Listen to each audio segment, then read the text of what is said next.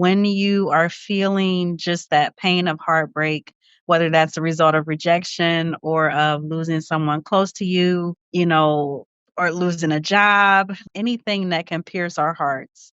When you are in that space, it is hard to think of anything else, like that pain, the pain of initial heartbreak is pretty acute, so it's felt, it's sharp, and that's all you can think of.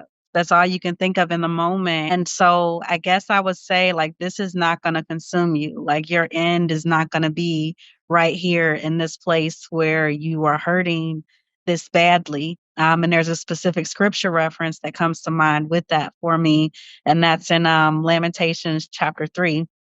And it's when the prophet Jeremiah is, telling the Lord, like, basically all this stuff is going on.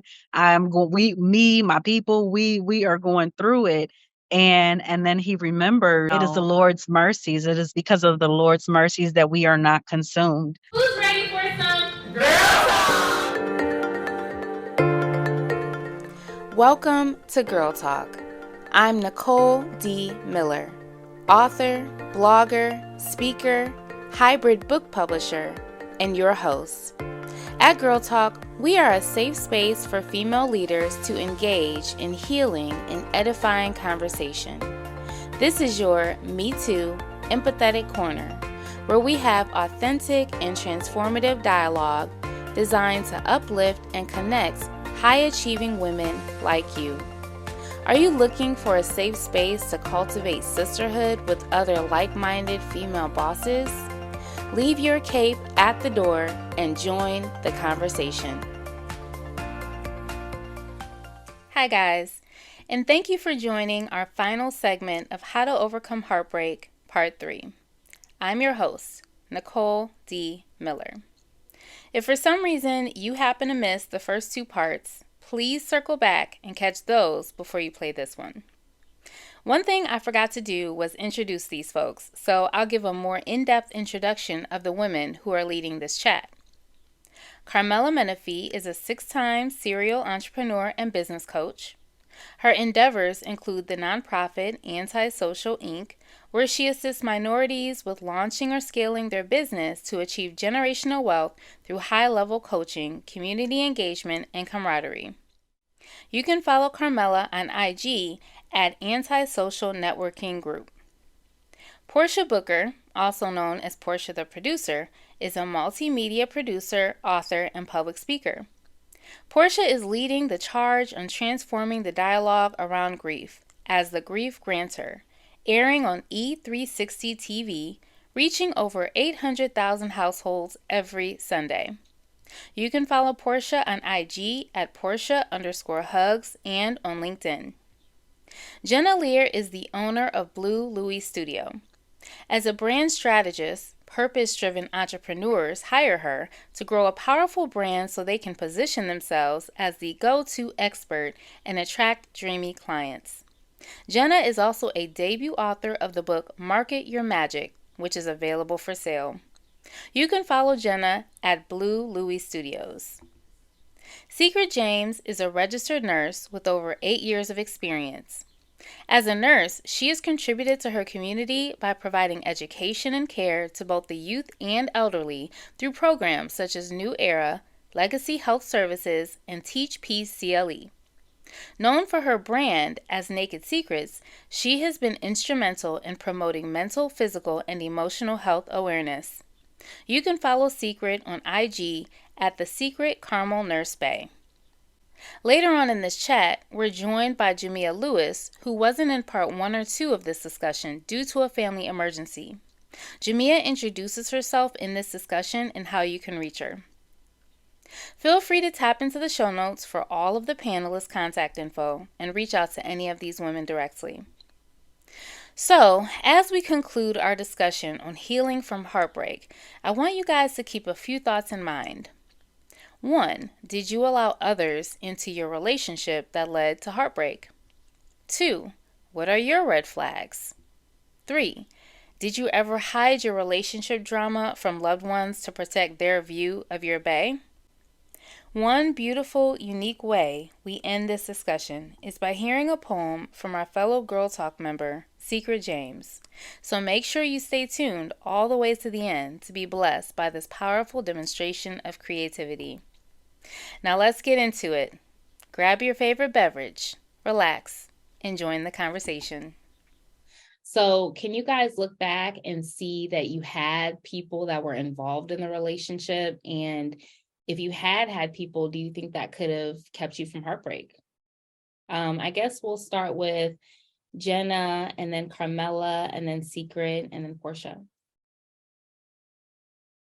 Yeah, I don't like what's coming up for me is like I'm not quite sure, but what I can say is that, because I'm still processing what you're sharing and what you're asking.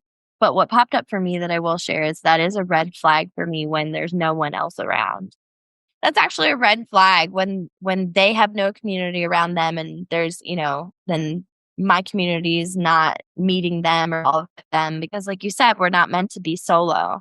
And so I think it's important for you to share, your groups with each other. Have the boundaries, right? But also like I think that's how you get to know someone too. I don't know if that's fully what you're asking, but that's what popped up for me. So Can you look back and see that you had community involved in your relationships that led to heartbreak? Um, I think there was community involved in some of the relationships that kept it from heartbreak. And then I look back and I see some relationships where everything was really just like, it's you and me against the world. And it's like, that's not quite healthy. Where's our tribe? Where's our community? And how could they help us maybe see outside of ourselves in order to, avoid the impending like iceberg that's right there, if you will. So that's how I kind of see it at this point, looking at emotional intelligence. Back to that point, it's like there gets to be people around. I don't think that they get to have as much influence, but they get to be around. Yeah. I can definitely relate to the being in a relationship and feeling like it's me and you against the world. I can like it always was like that way. Like all the relationships I think back to, it was always that way. We kind of built our own life with just us. And like for holidays and stuff, we'll go see our family and stuff like that. But predominantly, it was just us. And I would say that that created unhealthy habits because it made it feel like there's no one else. There's no one else to talk to. There's no one else to turn to. Um, so I probably stayed in relationships a lot longer feeling that way. So looking back, I think it's important because the way people show up um, to you, if you don't see how they do in other relationships, how they handle conflict in other relationships and things like that, you're sheltered from who they truly are. So I think that being able to see how they interact with other people, the dynamic of their other relationships is important. See, we got counselor Carmela tonight. I'm taking notes. I'm appreciating it. Free counselor. Yes. So for me, okay, so in my adulthood, I haven't had very many serious relationships. I've only had two, and they were both polar opposite relationships. So in the first one, he had way too much going on. Like it was way too many hands in the pot, but they were all biased because they were all his family. And he came from a family of all women and just a handful of men. And when they're in those kind of families, the women tend to not so much, they become mama bears, all of them though. So it was literally like this huge family with all these women that were always in his ear and not giving him good tea to sip on versus the last relationship also, not a lot of men, a lot of females. It was a totally different type of aspect, but in both relationships, I never had a community. And I never had a community because I would be embarrassed. I wouldn't want people to know what truly was going on in the relationship because I still loved them. I knew I wasn't going to leave. But if I tell you, then you're going to give me your unbiased opinion. I mean, I'm sorry, you're going to give me your overly biased opinion because you're my person. You're on my side. And so what I will always tend to do is seek someone from their side to be my person, which was always my downfall. Like I will always seek someone from their side to be the person that I would go and talk to them about, or, I would just cling to this person. In both situations, it has always went wrong. Like it went left in both ways. I do feel like though, if we had the community of people who knew even an inch of what love was about, it would have been a different outcome, because you have to think that we're coming from, especially in Cleveland. I'm not from here. So coming to Cleveland, moving to Cleveland, learning the people has been a very different experience for me. Um, they're not so friendly, but that's one. They're not very friendly people. But a lot of people, from what I've learned, have never been out of Cleveland, and they only have this perception of perfection from what is in Cleveland. They have not been anywhere else. They haven't even been out of the state, let alone out of the country. So they don't have diversity in what love really is. If these are the only people that are around you that are giving you advice and telling you how you should love someone or how you should be loved, in some sense of the way, you're going to get steered wrong. And that has always been my issue when I dealt with men. They never had people in their arena that were going to steer them down the right path. And then me, I just never had people, because I just never opened up, because I know my people love me. I know they're going to give me they're going to give me something good to eat on, or they're going to feed me to an extent. But if it's consistent, they're going to be like, all right, we're done talking to you now. We told you you don't want to listen. Now you got to bump your head. So I do feel like a community is necessary, but I feel like it has to be the right community. And sometimes it doesn't have to be your family. Like I said, the last relationship, my community was not my family. Like they were friends or people that I may have met, people that I grew and met maybe through him, but they were not family on both sides. Thank you for sharing. I definitely believe that caveat is it has to be a healthy community, right? Like healthy people that know true love that can help guide you. I hope you're finding a healthy community here in Cleveland. We are here, we may be the minority, but we here. Ooh, I have kind of a little bit of a different approach with this, Nicole, because I'll be honest, I have been someone who has never really fit in for a long time. It took me I've always been a loner. Even in high school, I've always been a lone wolf because of the way I saw the world. I couldn't really relate to people. So when you think about community at that time, the friends that I had, I kind of kept them safeguarded in a closet. I'm like, no, these are my friends. You can't meet them. No, I don't want you to try to talk to my friends. You're supposed to be with me. Right. So that's unhealthy thinking, sense of abandonment type of situation. And so now, fast forward to today, I'm glad that this was brought up, because now when I think back to that time, I'm thinking if I did potentially have a role model community, whether it was through a church group or several friends who were in healthy relationships, maybe it would have saved me from heartbreak. Maybe it wouldn't have. But then again, I'm a firm believer that every situation or event in your life is a lesson, whether it's in your favor or not. So I'm thinking if I did, I would have learned something from it either way. But at that time, my friends are my friends, your friends are yours, and it's just us. This is us. The rest of the world is excluded. Us against the world. 100%. Yeah. I can say the very first heartbreak I had, community didn't come in until a year into our relationship. And by then we were known as that couple. So it was like, y'all not gonna tell us nothing. Like, and we were all young and immature and didn't really know what healthy love was anyways. So in my later years, like I said, I didn't really have community involved, even though they knew my dating partners. But I definitely think that I could see how I would protect the person I'm with if I'm seeing flags, and I may not share that with my community because I'm like, "Oh, shoot, like, this look like it's about to be a hot mess." and I don't know if I'm ready to leave it, or I don't know if I'm ready to let this go right now, you know? And so I could see that rising up in me where I'm like, let me just see if I can ride this out. Like, sometimes I think we can hide those things from our community, which is unhealthy, but we're human. It happens. All right, guys. Well, I'm going to throw out our last question for the evening.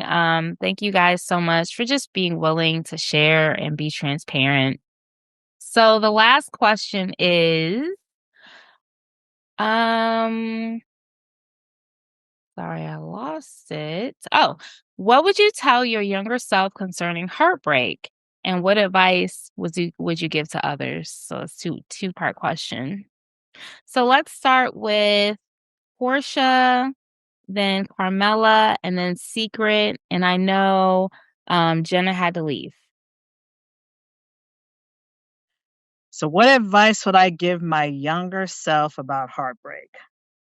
I would say number one, it's going to happen flat out. It's going to happen at some point. The one thing to always remember is you're not broken. You're not broken just because somebody broke your heart. Just remember that. Time will heal. You just have to give it time and find a way to redirect that love. Learn a lesson from the situation and the event and cry. You have to cry. Like, that was something I can honestly say during my heartbreak I did not do. I suppressed it, and my significant other told me he didn't like to see me cry. So I suppressed it. And even to this day, I have to give myself permission. Well, now it's been the waterworks show because of my mom's transition, but I had to give myself permission. The thing that I would say, what was the other part, Nicole? What was the other part What too? advice would you give to others with healing? Time. Give yourself time. Healing will take place, but you have to be open and do the deep work. I gotta say, do the deep work, because at times when we are in heartbreak, we tend to do, well, because of this, because of that, because of pointing the finger. But again, we have to go within and really get to the root of a lot of things. I'm a firm believer that what's unhealed has to be revealed. So do the deep work, reflect, journal, and really redirect that love. Learn to love yourself in the way that you want someone else to love you. I'm Portia, the producer. Okay, Portia, the producer. I would definitely say grow with it. GROW, grow with it. No matter what happens, I had to tell myself, like, as long as you're growing, it's okay. Like, you're going to need certain things to happen to you in order to grow, in order to give yourself enough room to grow. Like, things are going to have to happen. So something I would tell other people is something that I heard, and it's fail forward. Like, if you fail forward. And that goes with growing. If you're failing at something, it's going to show you which ways not to do it again, and you need that. You need that. You need that to be able to get clarity, to be able to evaluate what you did in a relationship, what they did, or anything, period. Like, evaluation is the best way and reflection is the best way to learn from anything that happened. So that's what I would say. And I knew we was going to get some good counseling nuggets, so I was excited for you to share. Okay, so the advice that I would give my younger self, um, I would tell my younger self to heal, like to deeply, deeply, deeply heal in every sense of the way, not the cool way that everyone has made it out to be. No, like truly look yourself in the face, acknowledge every single part of whatever has hurt you and deal with it. Like, don't sweep it under the rug. Don't go get with somebody else. Don't go vent to your friends, because that's not gonna make it feel better. They're gonna hype you up to do something stupid, and they have. But truly, truly sit with it. Like, sit with yourself. I was afraid of being alone for a very long time. Like, I don't know why, but at 14, I was afraid of being alone. Why am I afraid of being alone at 14? So it's like, sit with that. Sit with yourself and be alone. Now I love isolation. I can just be here with my cat all day. And then what advice that I do give to others is vent. Like, don't hold it in. Don't vent, but vent healthy. Don't vent on social media. Don't vent for attention, but vent so that you can get the feelings out so they don't swirl around in your head. Let it out. The quicker you let it out, the quicker you can let it go, and the easier it'll be to move on. That's good. Sit with yourself. That's good. So we have our other panelist, Jamia Lewis, who has joined us, and she's going to piggyback on this question. The question was, what advice would you give to your younger self concerning heartbreak and give to others? And then you can also share like your organization, your occupation, your social media handles, how people can support you. Thanks so much, Nicole. I appreciate the opportunity to be a part of this panel, particularly, and Nicole would know, as she is someone that I vent to on a regular basis. But just in the midst of multiple heartbreaks right now myself. So across different what's the word I'm looking for? Different facets of life. And so not just in regards to relationships, but just also other things that happen in this life we live where, things happen that break our hearts. So advice to my younger self. I think advice to my younger self in dealing with the broken heart would be, this is not going to consume you. I think that when you are feeling just that pain of heartbreak, whether that's a result of rejection or of losing someone close to you, or you know, or losing a job, like anything that can pierce our hearts. When you are in that space, it is hard to think of anything else, like that pain, the pain of initial heartbreak is pretty acute. So it's felt, it's sharp, and that's all you can think of. That's all you can think of in the moment. And so I guess I would say, like, this is not going to consume you. Like, your end is not going to be right here in this place where you are hurting this badly. And there's a specific scripture reference that comes to mind with that for me. And that's in Lamentations chapter 3. And it's when the prophet Jeremiah is, telling the Lord, like, basically all this stuff is going on. My people, we are going through it. And then he remembers, like, therefore, it is the Lord's mercies. It is because of the Lord's mercies that we are not consumed. Great is his faithfulness. And for me, that's actually the advice that I would give even right now. That is what I'm holding on to for myself. That this space that I'm in right now, this season that I'm in, it will not last forever, and this is not going to consume me. Although this is all I can think of right now. So for me, it was really important to try to get on here, even though I'm late, just to be able to mark this moment in time and declare, like, this is not going to consume me. And then the other piece that I would say is that in every phase of my life when I've had a broken heart, it has been knowing that God is near. Like, God is near in the midst of that, in the midst of whatever pain it is that I'm experiencing or that my loved ones are experiencing. But He is near. I believe that's Psalms 147. God is near to the brokenhearted. Um, so I think that's all I want to say. And so yeah, so just reach for him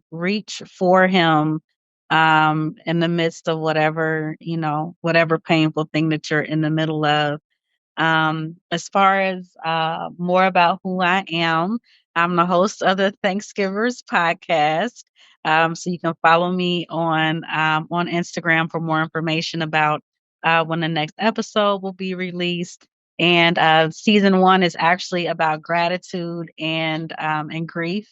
And one of the themes within that, is just dealing with grievous situations, which grievous situations are situations that break our hearts. So yeah, so that's that. What's your social Yeah. media handle on Instagram? So my social media handle, my Instagram is at the Thanksgivers Podcast, and on Twitter there's at Miss Mia Writes, and also at the Thanksgivers.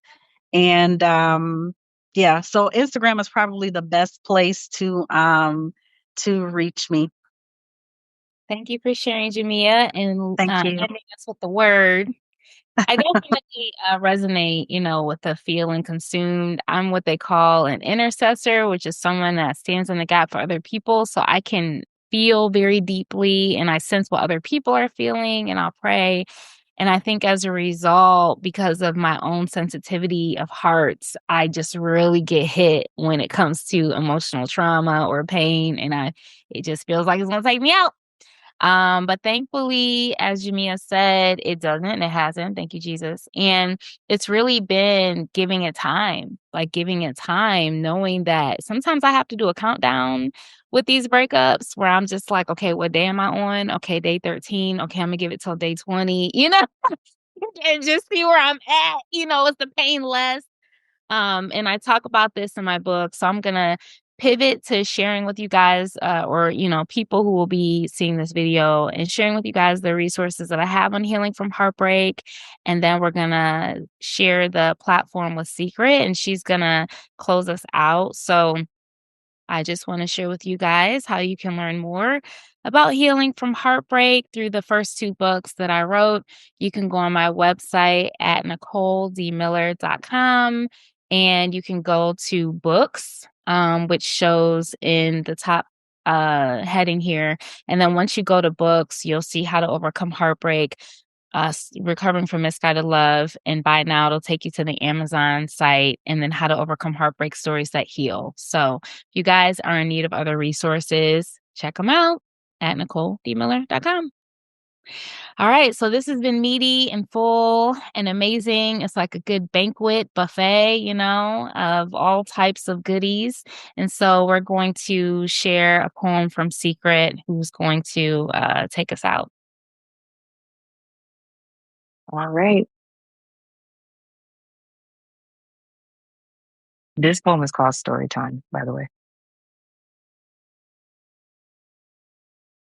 Wind blowing, rattling my window, Lauryn Hill X Factor playing in the background, crooning sweet innuendos. I now realize I've dated a narcissist. I hate to be the victim, so I close my mouth and allow your lips to kiss them, knowing everything you're going to say is a lie.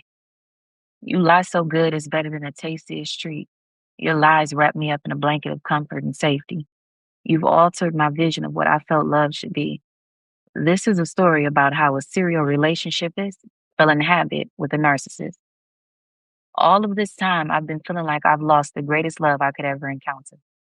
Telling myself, you fix you, get better, and then go find what love has to offer. I've been writing and singing, dancing and dreaming, and all of this time, the light finally started to click. It's flickering now as I'm up all night fighting all the tears because you took my love and left me drained. I'm feeling 10 steps past stupid, writing a poem about realization that I'm to blame. You see, I've been in relationships since I was 16. I've been dreaming of love since I was a preteen. I paired last names with my first name before I could even figure out if we were the same, on the same path or in the same lane. I moved so fast, we were in love before I brought myself to realize this is just your game. I will bump into a guy, smitten by a simple high, then discard it quicker than one could spell the word goodbye, and it wasn't on them. I failed to mention I was the girl who moved too fast and wanted everything to be just right. I had a textbook blueprint of what a relationship should be. See, I expected these Y chromosonians to be that one great love all of the girls found in the hood books. It's no mystery. I'm a damsel in distress. You find me, we fall in love, and y'all know the rest. I was in sixth grade when I first read Coldest Winter Ever. From then on, my obsession with relationships would be obscured forever. I'd be in love with you, and then when that didn't last, I'd find another one to do. Do the same thing that ended me in the same situation. Never learning the lesson. I was a glutton for punishment. Then I met you. Finally, a sigh of relief. Someone who really sees me. Someone who rushes into love just as quickly. Someone who has a messed up perception of what love should be. I found the exact dose of medicine I didn't need. I thought this was love. Y'all, he wined and dined me, took me on trips before he really knew me, bought gifts that he thought would suit me. I was in heaven. This young girl with daddy issues, abandonment, and self love misuse found the man that finally got me. I fell in love with his family. We made plans on what the future could be. And all of this was happening before we reached month 3. Summer of 2020, after a traumatizing sexual assault, you pursued me. I should have known to run, but you had the gun of love. And it felt so good to finally meet someone who I thought was the same. Same as me. Same as the wind blowing to sweep me off my feet. I mean, we talked for hours, y'all, about what and how we wanted this thing to be. Things were going so good. You proposed. I said yes, because I thought we both understood until it all came crashing down and I saw the true you. And I will admit, I didn't at first. I ran back because I thought you were what I deserved. I mean, this serial relationship girl thought she had met the greatest love in the world. You were literally the worst thing that could have ever happened to me, and at the same time, the best thing for my journey. And I will find myself in limbo battling disgust and gratitude for what this healing did for me. You claimed you only wanted to focus on yourself, but when the facade came down, all the women did too, and I realized this is just what you do. You replaced me so quickly, fell in love, if not quicker, and moved in with her just like you did me. You proposed to me on my birthday, not even a year before our first date, and I'm sure she'll get a ring too. She will love you endlessly, play stepmommy relentlessly, until it comes out that this is just what narcissists do. Oh, This episode of Girl Talk took us through a thought provoking and heartfelt discussion on finding healing amidst the ache of broken relationships. Here are the final reflections shared during the conversation. There is power of community. One insight that stood out was the significant role a healthy, supportive community plays in our relationships. Often, heartbreak happens because we close ourselves off and adopt an us against the world mentality, which several panelists identified with, yours truly included. We fail to welcome sound advice and perspectives into those deeply personal spaces because we fear what our loved ones will say that may make us lose what we're trying to hold on to. I definitely resonate with that statement, and I'm sure I'm not alone. We talked about red flags. Another pivotal point centered on red flags and ignoring them and how it can lead us into pain we could have avoided. The reminder: pay attention, trust your instincts, and don't dismiss what you know deep down to be true. In my experience, it's better to get out early before you get attached. We talked about hiding. We discussed how vulnerability is a key to breakthrough. When we open up about the challenges and hard truths in our relationships instead of hiding them, we give ourselves the opportunity to receive the guidance we really need. Hiding the bad parts can feel like self-preservation, but it often robs us of the chance to grow. Heartbreak comes in many forms. It's not just romantic relationships that leave us heartbroken. Life gives us different kinds of heartbreak, from friendships and family to unforeseen losses, financial or health. But for believers, Jamia reminds us of Lamentations 3:22 through 23. Because of the Lord's great love, we are not consumed, for his compassions never fail. They are new every morning. This comforting truth encourages us to know that we are never consumed by our heartbreak. There is hope, even in the deepest pain. As you've heard from each panelist, we've all been on our own journey of love and have had to learn through trial and error. One thing Portia shared that resonated with me is that what's unhealed has to be revealed. We talked a lot about toxicity and narcissists in this episode, so to make sure we're all on the same page, I've included the definition of these terms in the show notes. Finally, I want to remind you, friend, to be gentle with yourself when navigating heartbreak. I jokingly referenced counting down the days of my heartbreak, but I was being 100% honest. I've used this technique several times, and it's worked. Remember, healing takes time, so give yourself space to grieve, grow, and rebuild. Thank you guys for spending this time with us, and we hope you join the next conversation, Pretty Girls versus America. Are you a woman who struggles with being compared to the cultural standard of beauty? Maybe you never seem to measure up as a result. I honestly don't know one woman who doesn't feel this way. But that's what we're going to discuss this next go-round. If this is something you're interested in, we'll talk to you soon. And remember, I attract amazing women doing amazing things. So guess what, sis? That means you're amazing. Don't forget to subscribe, rate, and review this podcast. To continue the conversation, join our Girl Talk community by following @GirlTalkCLE on Instagram and Facebook.com/HTOHB, where you can join the Girl Talk Facebook group. You can follow me personally on Instagram @HTOHB, on Facebook.com/HTOHB, and at YouTube.com/@HTOHB.